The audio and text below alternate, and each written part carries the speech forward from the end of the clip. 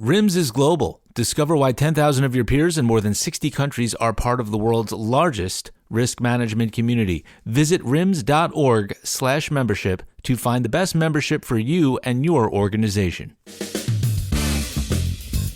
Coming to you from RIMS headquarters in New York, this is RIMScast, the official podcast of the Risk and Insurance Management Society. I am Justin Smulison, Business Content Manager here at RIMS and your proud RIMScast host. This is episode 391. We are releasing this ahead of National Safety Month in June, and our special guest is Jennifer McNelly, the CEO of the American Society of Safety Professionals. But first, let's talk about some virtual workshops. The next RIMS CRMP exam prep will be held June 9th and 10th, and the next RIMS CRMP Fed exam prep with a firm will be held June 16th and 17th. Links to registration are on this episode's notes. And we've got RIMS webinars coming up. On May 21st, our friends from GRC return to present the session, Is Your Fire Protection Strategy Outdated? Emerging Risks Are Changing the Rules. And on May 28th, Zurich returns with From Underwriting to Risk Management, What to Expect from the Growing Demand for Data Center Construction. Register for webinars at rims.org/webinars and through the links on this episode's show notes. Folks, RIMS is back on YouTube. Our handle is at RIMS Official Channel. We've got plenty of videos there, including RIMScast, RIMScast Canada video podcasts, and other informative and entertaining content from RIMS. Subscribe to the channel today. One final plug, and I'll remind you about this later, but if you plan to submit a session for the RIMS Canada Conference 2026 today, air date May 19th is your last day to do so. Visit rimscanadaconference.ca to submit your session. We hope to see you in Quebec City, October 18th through the 21st. And on with the show. June is rapidly approaching, and that means it's National Safety Month. That is also observed through several parts of the world. And who better to speak about safety than Jennifer McNelly, the CEO of the American Society of Safety Professionals, or the ASSP. Jennifer is an accomplished executive with more than 35 years of leadership experience across associations, government, and industry, and she has been the Society's CEO since 2018, leading the global organization of more than 36,000 occupational safety and health professionals. She has some new risk management standards that we will discuss under the safety umbrella, of course, and I also thought we would benefit from hearing her philosophies on safety and how the ASSP encourages its members to embed safety into their organization's culture. So much to discuss. She's got a lot of positive energy. Let's get to it. Jennifer McNelly, welcome to RIMScast. And we are joined by ASSP CEO Jennifer McNelly. Jennifer, welcome to RIMScast. Oh my gosh, Justin, I'm so excited to be here. This is going to be a great conversation and long overdue. Yes, indeed. We've been trying to coordinate this for quite some time. You are one of the most energetic guests we've had in a while. And we met through a mutual acquaintance, the man who signs my paychecks, Mr. Gary LaBranche, CEO of RIMS. You know him. I absolutely do. Gary and I pass each other at events with ASAE all the time. And every time we're like, we got to connect. We got to connect. So I'm so excited to be here. Talk about collaboration, partnership, and really, truly keeping everybody safe at work. Excellent. And so this is hopefully the first of many collaborations that RIMS and ASSP will have. And, before we even get started, just if you don't mind, give us the quick abridged version of your safety career, if you want. Absolutely. So, I like to say, and I ask this of every safety professional I connect with, tell me your story. Sure. And I'm an amalgamation of many stories that have led me to being the CEO of ASSP from a 50,000-foot level. I started my life in the political world. So how did that end up here? Right. Well, you got to build strong partnerships to move things forward. And that, to me, is a foundation of the mindset I bring to ASSP. I then affectionately spent time in federal service, U.S. Department of Labor, and in that capacity, again, public-private partnerships. How do you move things forward? Followed by a deep commitment to people in this nation that make things through my leadership at the Manufacturing Institute and global stages. So all of my career has been at the intersection of people and the world of work. and making the world a better place. And now I get to do that with unbelievable honor for those that get up and run the world's economy every single day, ensuring that they get to go home as they were and better than when they walked in the door. And that's about economic contribution. That's about keeping everybody safe and the commitment and heart of every safety professional. So, safety brought me in the door with a very unique lens of how we really need to work together to send everybody home. Yeah. And how long have you been at ASSP? Wow. It's hard to believe I was sharing this with somebody yesterday. I am headed into my, closing out my 8th year into my 9th year. Okay. And I think it was a very different hire. To your point, I bring a lot of energy and passion and connection to what we're doing. And I like to think of myself as the catalyst for impact. How do we have a spark to impact to make workers' safety, health, and well-being an inherent right for everybody? Right. Because it's tough to put a smile on your face when you're talking about safety and all the awful things that might happen to you, right? Well, everyone's got a story. Sure. And oftentimes the thing that hits the headline is the somebody did or someone did. And there is a whole set of events, hence today's conversation, anchored in the importance of risk identification, risk management, integration into thinking every day by everyone. It's not just one thing that starts it. It can, in fact, be the mindset of somebody who had a bad morning and lost childcare for their family. Sure. It can be about a system and process. It can be about a bad piece of equipment. It can be about a whole bunch of other things. But what we hear is the headline, and our goal is to unpack the story and really get to root cause and improve it for everyone. Excellent. How many members comprise the American Society of Safety Professionals? So over 35,000 globally around the world. Wow. A lot of our membership actually is focused in the industrial space, and not surprising, things that are risky. Yeah. We also have partners in insurance and those that service, as well as those that produce. So we call it the safety ecosystem. RIMS generally is seeing that enterprise risk management is leading the way for the future of the profession. So from your vantage point, leading the ASSP, how do you see safety risk integrating more deeply into ERM frameworks? Oh my gosh. I love this question. I just shared with my staff a really bad hand drawing that I drew in 2019. So barely on the job, and my entire pitch to the board of directors was about moving individuals, safety professionals, workers, and companies through a transition of basic compliance into a complete integration of human capital and total worker health and principles like prevention through design. Critical to that is risk enterprise systems. And in fact, ASSP just released a brand new standard, ASSP ANSI. I'm going to get this right, Z310.1. Yes. And 310.1. And the title of that is Risk Management Guidelines for Assessing and Managing Risk. Excellent. Why does this matter? It's about management systems. It's about operating in organizational context. It's about creating and documenting a comprehensive approach. It's about stakeholder engagement and culture and inclusivity. It also has a really important mindset. Change always happens. Therefore, it's about dynamic operations, not static operations, and how you use clear and available information to lead forward, and consider culture and the human factors always on, I love my plan, do, check, act, continuous improvement. We can't move forward without all those factors integrated into enterprise risk, period. Right. And there's the ASSP's Z310 committee, which is comprised of 28 organizations, right?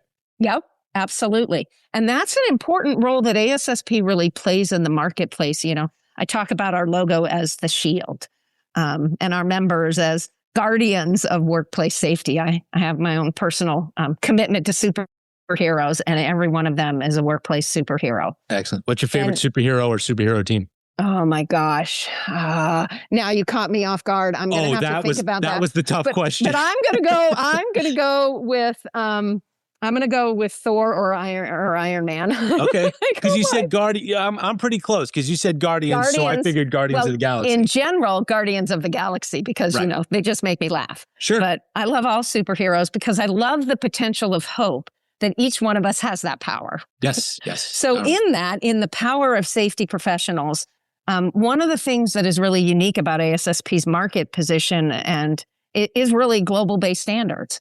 It brings companies together around a table to flesh it out. It's not me saying it's great or a single company. It's about considering, injuries and serious incidents and fatalities happen in an environment that's incredibly complex, dynamic, and always changing.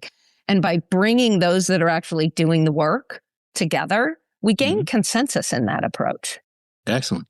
Because I notice on the press release, we have a link to it on this episode show notes. The press release mentions how it builds off of an ISO standard, and our membership and our audience is certainly familiar with the ISO 31000. And I could see where there's a lot of crossover and there's a lot of value for the RIMS membership, the RIMScast audience. So please check out the link on this episode's show notes. And it's worth mentioning, like you're saying, ANSI comes with a lot of heft.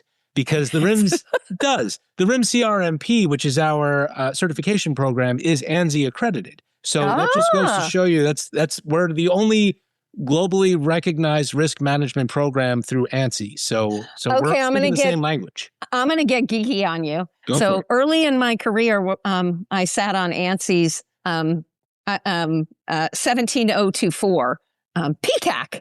The group that approved those kinds of standards. So I am a firm believer in business driving business outcomes because they really know what works. The workers doing the work and the business conducting business knows what works. I'm so happy to hear you guys are 17024 accredited. That says a lot for the rigor in that credential.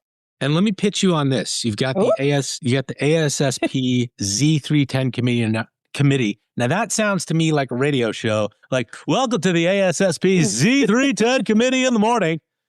And if you ever decide to launch that, I want to do the voiceovers.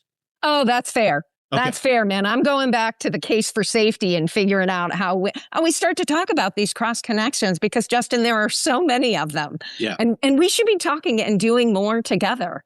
And we're going to get there all together. Each one of us has such a critical role. But boy, I'm jazzed. The Z310 Morning Zoo.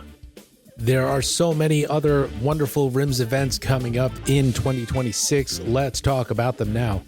The 2026 Florida RIMS Educational Conference will be held July 28th through August 1st, once again at the lovely Ritz-Carlton in Naples, Florida. A link to the event is on this episode's show notes. And you can register now for the second annual RIMS Texas Regional Conference, which will be held August 10th through the 12th at the wonderful Grand Hyatt on the San Antonio Riverwalk. Advanced rates available through June 5th.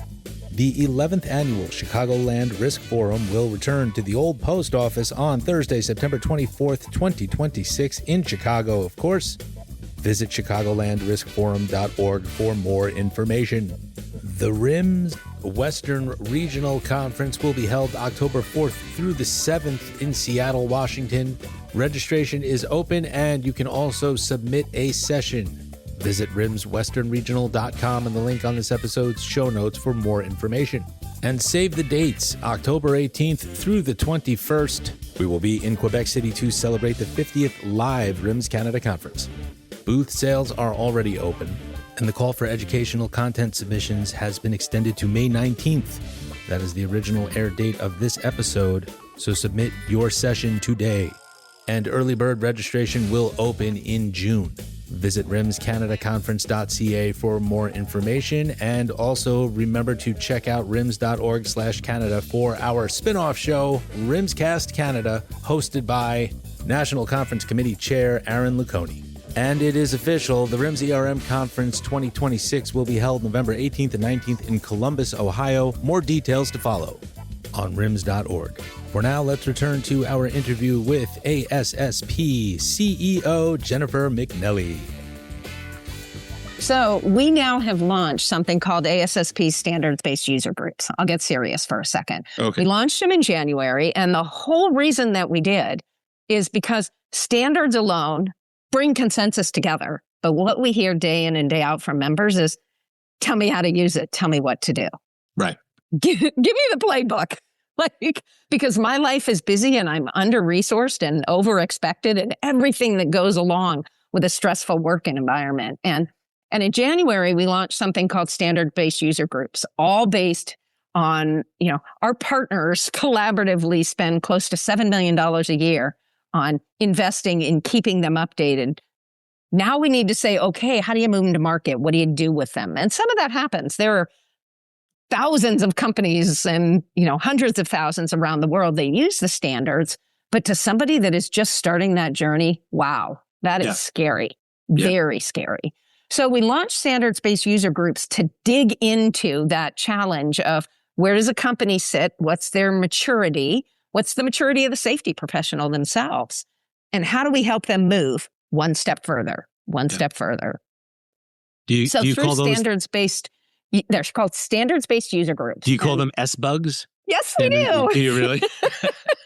I had a feeling it was coming. And you know why? Because somebody in marketing put the logo on the back of a beetle. And I was like, ooh, now S-bugs. I got this S-bug. And now I'm going to S-bug you about the S-bug. Right. Yeah. Exactly. Yeah. But the whole point is to make them accessible. And as we step into this, there are a couple angles of this that are incredibly unique to the approach that we're taking. So first and foremost, we're going to start where serious incidences and fatalities happen. And that leads us to, the top hazards in the workplace. Fall from heights, energy controls, two things we have a lot of technical expertise in: lockout, tagout, and fall prevention standards that sit in that space.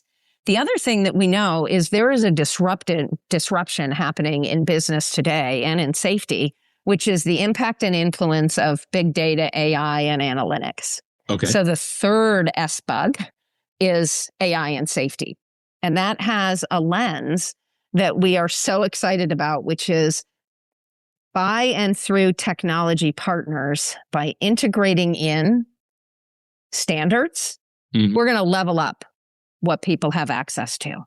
And, our traditional roots are directly to and through safety professionals. And if we can put this in the hands of the reporting systems they have to use every day, man, we have just scaled in a way that we've never been able to before.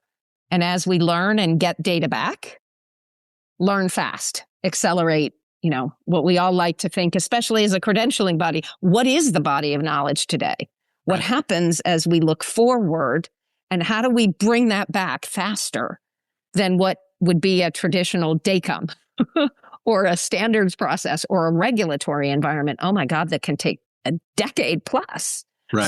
All the focus of the standards-based user groups is about scaling great knowledge in a framework defined by industry. Right. And therefore it becomes a strategic risk management function. Absolutely. Yes. Day in and day out, built into enterprise systems to drive action, make better decisions.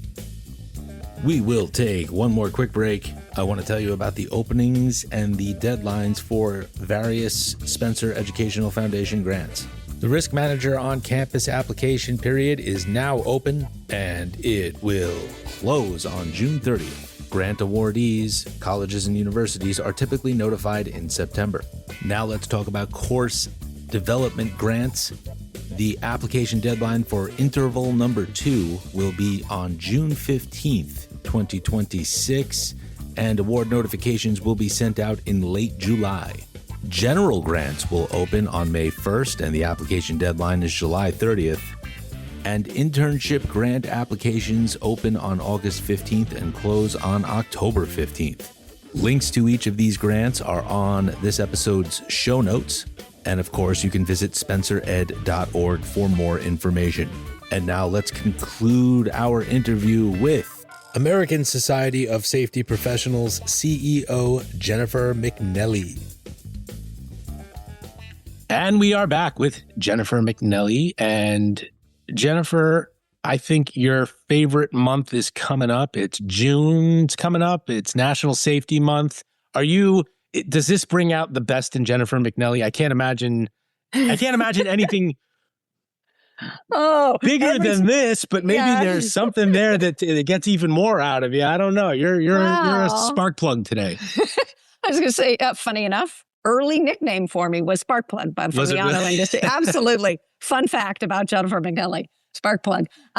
So first off, I think every day is National Safety Day. Right. I've never heard a CEO tell me that. I know. It's a shocker. It's a shocker.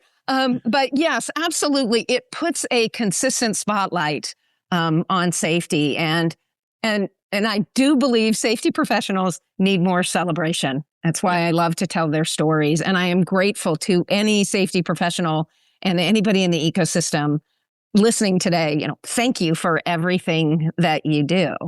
Yeah. And then I like to give the other side of this, which is, June's a-coming and we are not done. Right. I often say I'm going to get up and run at that wall every single day. And I often talk about it as the gap. And I often use the roots of ASSP and the Triangle Shirtwaist Factory Fire as a very real example of the gap is always going to exist. What fire was that? The Triangle Shirtwaist Factory Fire. Remind me. Sure, it is the roots of, and there remains a building on the corner of NYU University where on that particular day, 140, I'm going to get 7 or 9 individuals perished because they jumped out of windows because the doors were locked. And it is the foundation and grounding of safety in this nation. Okay. And it is a very real example of the gap. And a couple of years ago, our board of directors went to the dedication, and every year taps is played and the ladder goes up and it stops at the 6th floor. And then you see the bunting and the gap between where we are today and where they were then. And in that case, I actually had somebody sitting next to me going, but it needs to go higher.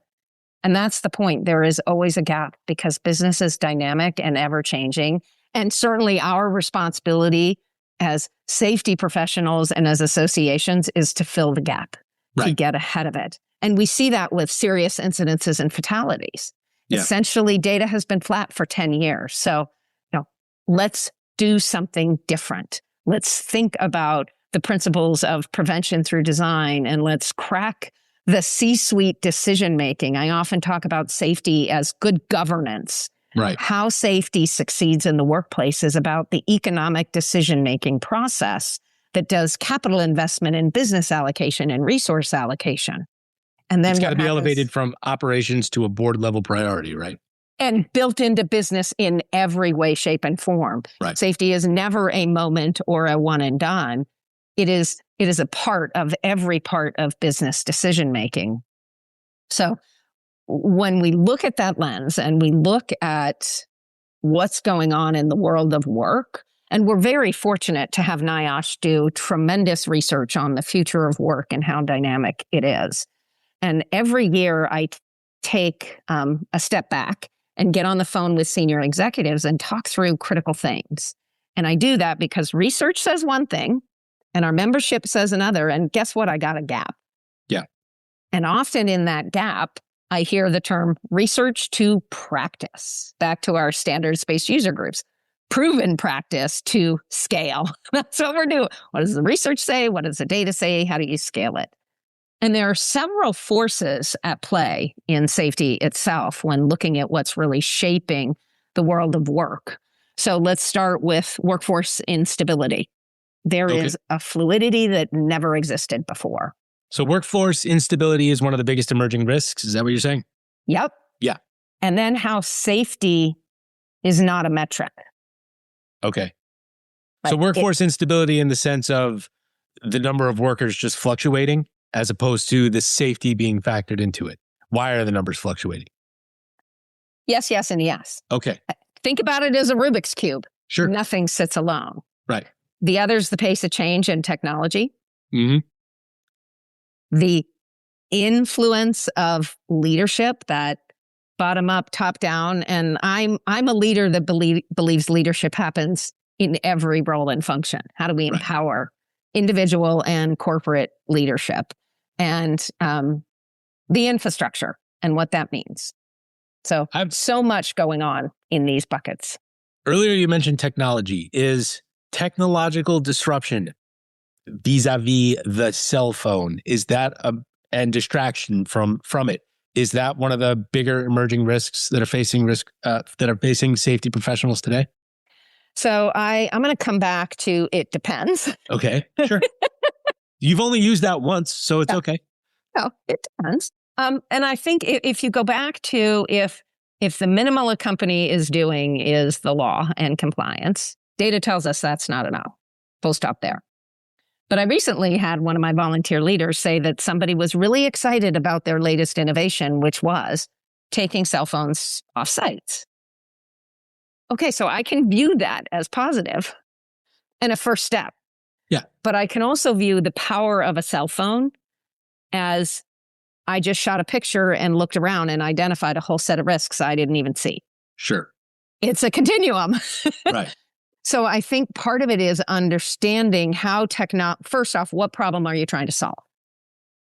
Because often, and especially in today's environment around AI and big data, is it technology looking for a problem, or is it a problem looking for a solution in which technology enables it? Wow. That's the approach ASSP is doing. If we go back to the standards-based user groups, if we continue to have individuals that die every year from falling from heights. Sure. How do we solve that, enabling it through technology? Because somewhere in that really complex system, things aren't where they need to be. It's not a statement of judgments. It's a statement of forward motion. So I think there's huge opportunity, but it needs to be ethically used and transparent and clear. What problem are we trying to solve? Because there have been a lot of stuff, and AI in safety isn't new. Right. Make You Safe is an organization that was part of our early work. For 3 years, we studied AI and technology advancements and what does it mean? And, they've had wearables forever. So they're a good practice.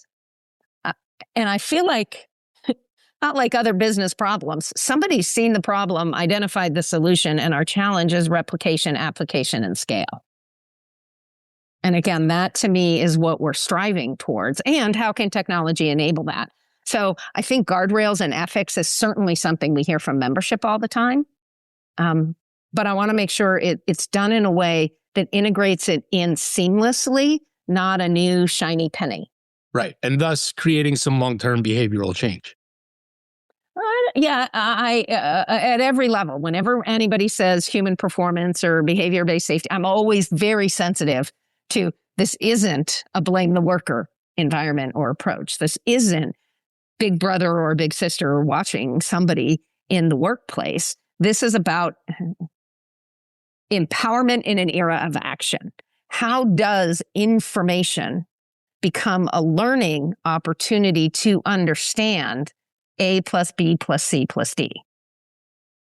So that to me, and I do believe, so when I think of behaviors and actions, I think of the C-suite decision-making because I think of that all the time. Yeah. That's a behavior and action. What does the board of directors governing an enterprise know and understand about the human capital management, decision-making, and capital investment side of safety in the workplace?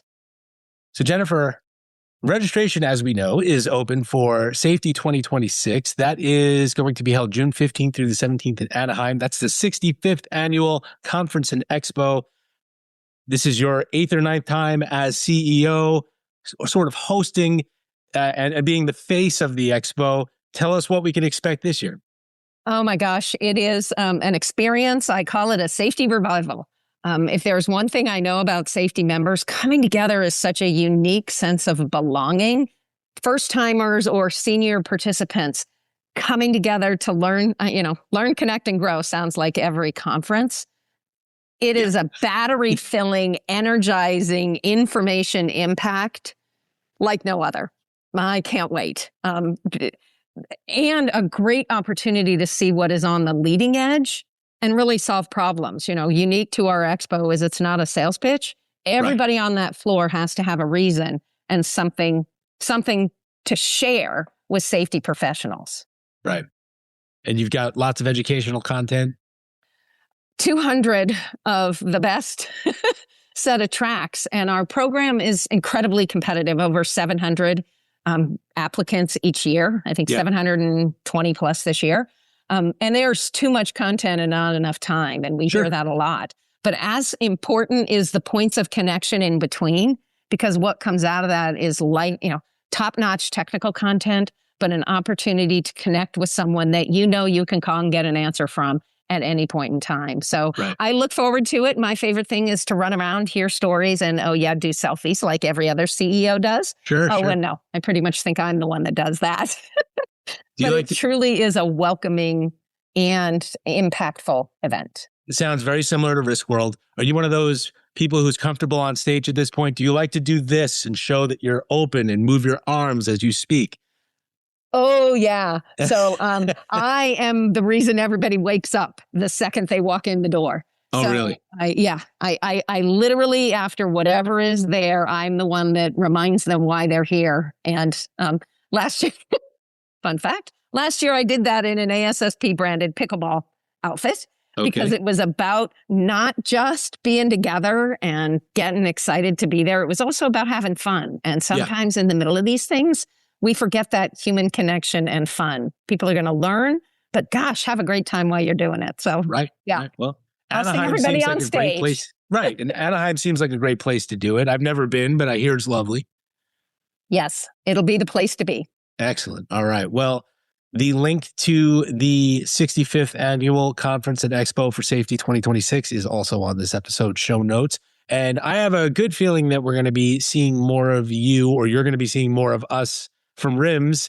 And it has been such a pleasure to connect with you finally and get the word out for National Safety Month. This episode is released late May, so we're priming for National Safety Month. And we look forward to seeing you again. Thank you so much, Justin. I'm so grateful for our time together, and thanks for all you do in our collaboration. Thank you.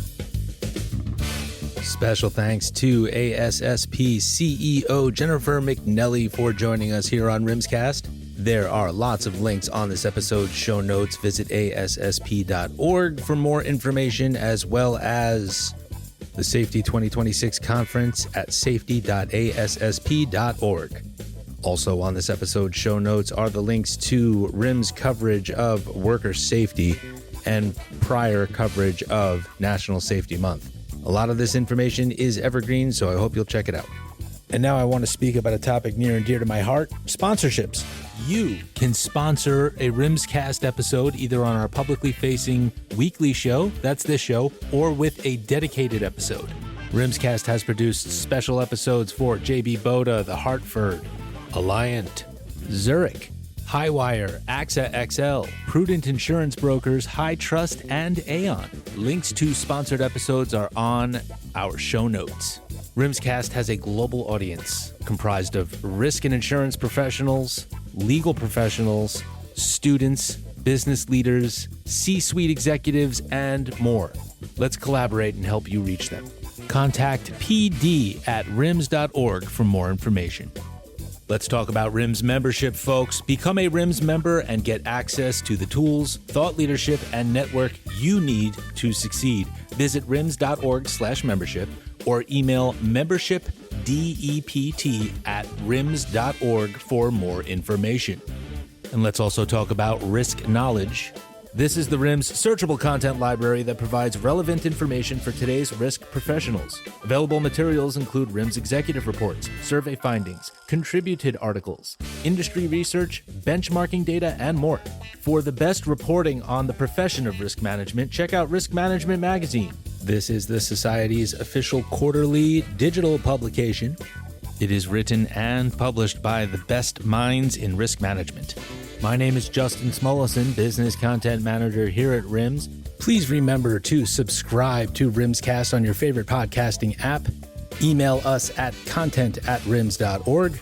Practice good risk management, stay safe, and thank you again for your continued support.